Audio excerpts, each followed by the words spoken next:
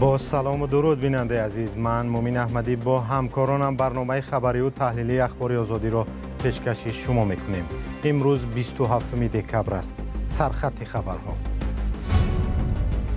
گنرال اسرائیلی میگوید ممکن است جنگ در غزه ماه‌ها دراز ادامه کند. غیر نظامیان از روزهای سخت و مصیبت میگویند. پسر کلانی من انس به یک دانشگاه ترکیه شامل شد و قرار بود به ترکیه رود، ولی جنگ آغاز یافت و او شهید شد. ساکنان شهرک در سوخت میگویند بالاروی نرخ برق حال آنها را بدتر خواهد کرد. هر روز علاب میکنیم، هیچ خیلی ویش نی، روزون سویت نی، شبانه هم خیلی وقتا نمیکشد سویت. و به دنبال درباره نمایشگاه مال و محصولات ایران در تاجیکستان گزارش خواهیم داد که حالا در دوشنبه جریان دارد. فرمانده ارتش اسرائیل میگوید ممکن است جنگ در غزه ماه‌های زیاد ادامه کند. او در این باره زمان سخن گفت که عملیات نظامی اسرائیل در این منطقه محاصره شده فلسطینیان شدت میگیرد و بنا به گزارش‌ها در آنجا تاکنون بیشتر از 20,000 فلسطینی کشته شدند. طاهری سفر در این باره گزارش دارد.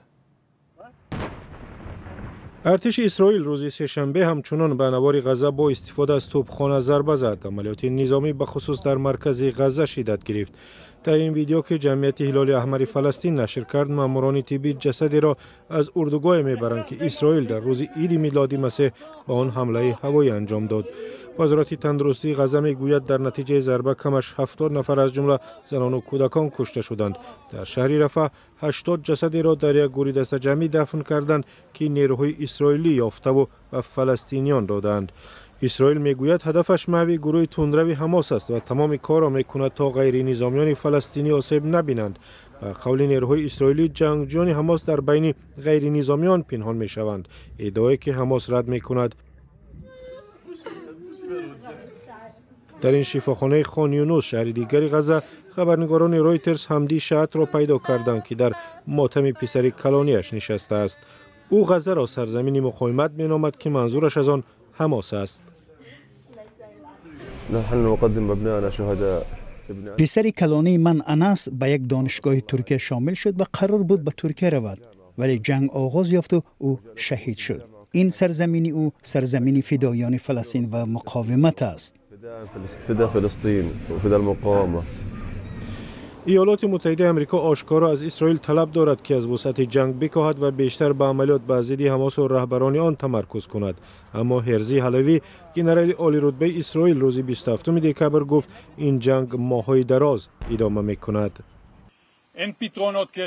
یگان معجزه برای راه حل وجود ندارد. راه کوتاه برای محو یک سازمان تروریستی نیست. راه حل فقط عزم قوی و جنگ مداوم است و ما عزم بسیار و بسیار قوی داریم. جنگ غزه بعد از آن شروع شد که جنگجویان گروه حماس که امریکا را سازمان تروریستی مینامد روز 7 اکتبر به اسرائیل حمله کردند و تقریبا 1200 اسرائیلی را کشتند و بیشتر از 240 کس دیگر را گروگان گرفتند. در حمله های انتقام جویانه اسرائیل تاکنون به گفته مقامات غزه 20,000 فلسطینی کشته شدند. تاجیکستان برای انتقال نیروی برق به افغانستان زیر اطاعت گروه طالبان در سال 2024 راضی شده است. شرکت برقی تاجیک در این باره یگان شرح نمی‌دهد. مسئولان شرکت برشنای افغانستان روز 27 دکبر خبر دادند که توافق در ترکیه به دست آمد. به اطلاع منبع قرارداد را رئیس برق تاجیک محمد عمر اساس‌زاده و مسئول برشنا ملا محمد حنیف حمزه امضا کردند. جزئیات سازشنامه دسترس نیست. معلوم نیست که تاجیکستان در سال 2024 به کشوری همسایه‌اش چقدر برق خواهد داد و به چه نرخ. افغانستان و ازبکستان از خریداران اساسی برق تاجیکستان هستند. قرارداد نوی انتقال برق از تاجیکستان به افغانستان در حالی است که دوشنبه با طالبان رابطه دیپلماتی ندارد. سازش تاجیکستان با طالبان برای فروش برق نیز در حالی است که در اکثر دهات این کشور لیمیت برق جاری است و ساکنان با محدودیت برق دسترس می‌کنند. ضمناً ساکنان اکثر دهات تاجیکستان میگویند خانه‌هایشان تاریک و سرد است و در یک شبانه روز ساعتی کمی در خانه‌هایشان برق دسترس می شود.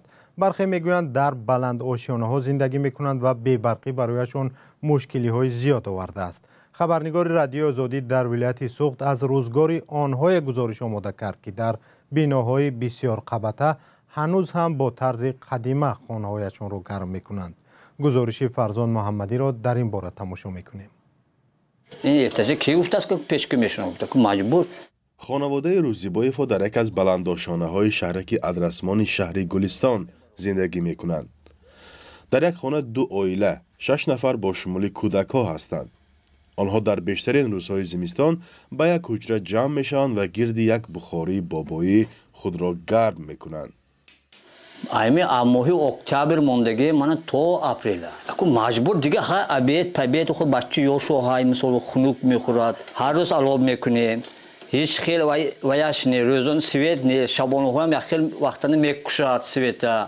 نشانبای میگوید هرچند از ضرر انگشت و دود هیزم‌ها آگاه است اما چاره دیگری پیشگیری از سردی شدید را ندارد. به گفته او زیان به سلامتی یک طرفی مسئله و گرانی نرخ آن مثل بالای سوخته نمکاب است. کومور هیزیم همش پول که کنیم خود همش قیمت کومروی هم 3.5 سوم کیلوش خواهی سال بولیمینی کمتر نقشدگی بود من امسال با بدتر شد.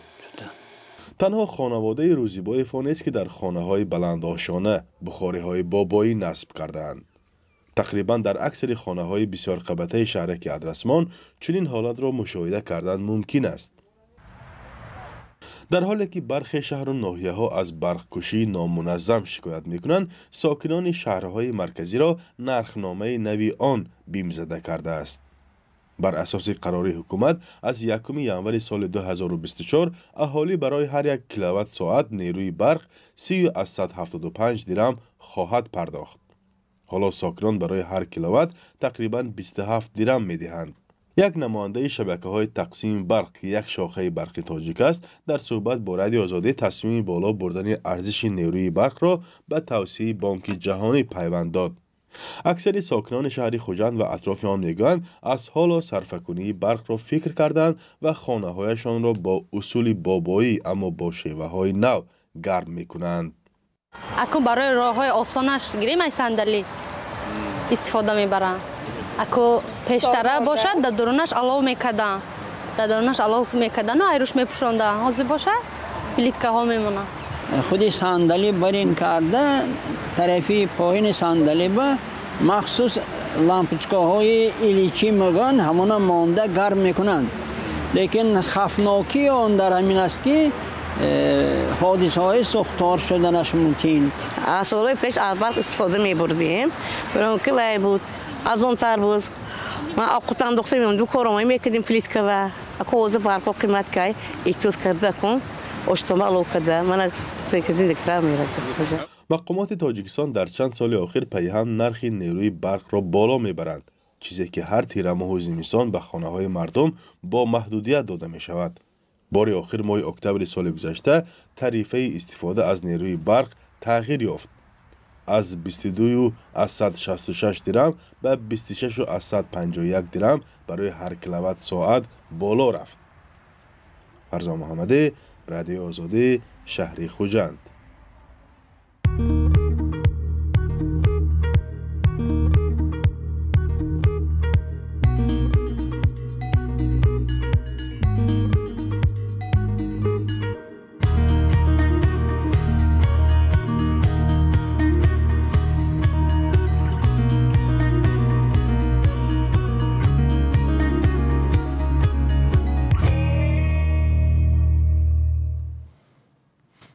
برنامه را با گزارشی از دوشنبه ادامه می‌دهیم. تاجران ایرانی به شهر دوشنبه آمدند و مال و محصولاتشان را برای فروش به نمایش گذاشتند.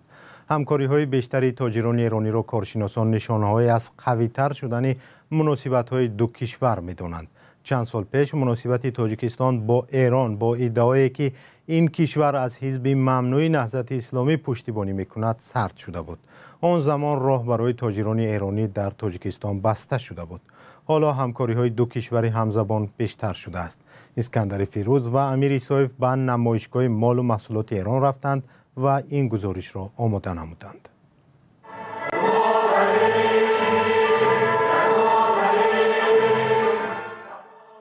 در دوشنبه نمایشگاه اختصاصی مال‌های تولیدات ایران آغاز شد. نمایشگاه در مقایسه با نمایشگاه‌های قبلی کمرنگ‌تر بود و حضور شرکت‌های ایرانی به مراتب کمتر به نظر می‌رسید. نازنین علوی، نماینده شرکت تجهیزات دندان پزشکی از مشهد، قصد دارد صادرات ایمپلنت‌های دندان پزشکی را به تاجیکستان راه‌اندازی کند. آره 100% قیمتش پایین‌تر خواهد اومد از قیمت چند درصد؟ الان به صورت دقیق نمیتونم بهتون قیمت بدم، ولی خب با مدیر عاملمون باید صحبت کنی شما ببینید که به چه صورت هست، بستگی به تعدادی که سفارش میدین و همه اینا داره. علیرضا حقیقیان سفیر ایران در تاجیکستان سخنان رئیس جمهور ایران ابراهیم رئیسی را به یاد آورد و تاکید کرد که امنیت تاجیکستان امنیت ایران است و تقویت همکاری‌های اقتصادی رسیدن به این هدف را فراهم خواهد کرد. خوشبختانه در سالهای اخیر روابط دو کشور دوست و برادر در همه حوزه‌ها بین حوزه‌های اقتصادی، سیاسی و فرهنگی رو به توسعه دیده و رشد خوبی رو داشته و داره ادامه می‌دهد. برگزاری نمایشگاه تخصصی که امروز داره برگزار میشه همزمان با برگزاری 16مین کنسولی مشترک اقتصادی دو کشور نشان دهنده اراده راسخ رهبران دو کشور هست. جمشید جمعه‌خانزاده رئیس پالاتای سودا و صنعت تاجیکستان اظهار داشت که هدف اساسی این نمایشگاه رشد صنعت تاجیکستان میباشد. حکومت کشور برای جلب سرمایه‌گذاری، برای تأسیس کارخانه‌های مشترک، برای دستگیری به‌واسطه صاحبکاری که با استحصالات مشغول می‌باشند امکان می‌دهد که شرکت کارخانه‌های جمهوری اسلامی ایران هم توانند که از این امکانات‌ها، از این شرط و شرایطی که حکومت کشور فراهم آورده است برخوردار گردند و توانند که استحصالات را به‌واسطه در جمهوری تاجیکستان براه مانند. عزیز نظرزاده معاون وزیر صنعت و تکنولوژیا‌های نو تاجیکستان اضافه نمود که شرکت‌های تاجیکستانی می‌توانند برای خود شریکان همکار ایرانی را پیدا کنند. موافق دیگر کشورهای و شرکت‌های ایرانی در تاجیکستان که شماره‌اش زیاده از 500 عدد باشد می‌تواند نمونه خوبی دوستی میان دو کشور باشد. دادوگیری میان تاجیکستان و ایران به 175 میلیون دلار آمریکایی رسیده است که نظر به یک سال پیش 11% بیشتر می باشد.